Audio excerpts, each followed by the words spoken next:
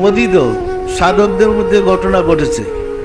সানোয়ান হযরত গাউসে পাক বরবীর আব্দুল কাদের জিলানী রাহমাতুল্লাহির জমানার একটা ঘটনা। আপনারা তো অনেকে জানেন, সানোয়ান নামে এক পীর ছিলেন, যিনি একজন ওলি আল্লাহ ছিলেন এবং সম্মানিত ওলি আল্লাহ। ওনার মুরিদদের মধ্যে অনেকের কাশফ খুলে গেছে, অন্তর্চক্ষু খোলা সাধক ছিল। একদিনকার একটা ঘটনা, দুইজন সুফি ওনার কাছে গিয়ে বললেন সানোয়ান রহমাতুল্লাহ আলাইহি যে বড় পীর সাহেবের কদম সমস্ত পীরে অলিদের গাড়ের উপরে। এই কথাটা বড় পীর সাহেব বলছেন। তো শোনার পরে ওনার মন ভেঙে গেছে।